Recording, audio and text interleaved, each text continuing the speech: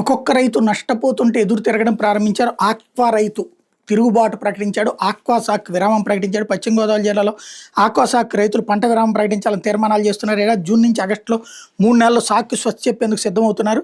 ఇప్పటికే పలువురు రైతులు జిల్లాలో చెరువుల వద్ద పంట విరామం బోర్డులు పెట్టేశారు. రొయ్య కౌంటు గిట్టుబాటు ధర రావడం లేదనే కారణంతో విరామానికి ముందుకు వస్తున్నారు.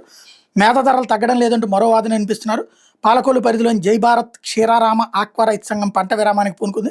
మరోవైపు రైతులకు ప్రోత్సాహకాలు కల్పిస్తామని, సాగు విస్తీర్ణం పెంచేందుకు చర్యలు తీసుకుంటామని జిల్లాధికారి యంత్రం రైతులతో సమావేశమై చైతన్యపరుస్తోంది. వాస్తవానికి కూటమి ప్రభుత్వం అధికారంలోకి వచ్చిన తర్వాత 100 కౌంటర్ రొయ్యి 270 రూపాయలు చేరింది. గత ప్రభుత్వంలో 240 రూపాయలు ఇవ్వనున్నట్టు ప్రకటించారు. వ్యాపారం మాత్రం అంత ధరతో కొనుగోలు చేయలేదు. 100 కౌంటర్ రొయ్య ధర 200కే పరిమితమైంది. కూటమి ప్రభుత్వం అధికారంలోకి వచ్చిన తర్వాత ధరలు పెరిగినాయి. విదేశాలకు ఎగుమతి చేసే 30-40 కౌంటర్ రొయ్య ధర ఏకంగా 470 రూపాయలు జరిగింది. ఇటీవల అమెరికా అధ్యక్షుడు ట్రంప్ విధించిన పన్నులతో ఇక్కడ రొయ్య ధరలు మళ్లీ పడిపోయాయి. ఉద్దేశపూర్వకంగా వ్యాపారులు ధరలు తగ్గిస్తున్నారంటే ఇటీవల జిల్లాలో రొయ్య రైతులు ధర్నాలు నిర్వహించారు. పశ్చిమ గోదావరి జిల్లాలోనే 1.13 లక్షల ఎకరాల ఆక్వా సాగు జరుగుతుంది. దాన్ని ఏడాది 1.3 లక్షల ఎకరాలను విస్తీరించాలని జిల్లా అధికార యంత్రం ప్రణాళిక వేసింది. ఆక్వా సాగు మొత్తంలోని 80,000 ఎకరాల్లో రొయ్య ఉత్పత్తి జరుగుతుంది. మిగిలిన విస్తీర్ణంలో చేపలు సాగు చేస్తున్నారు.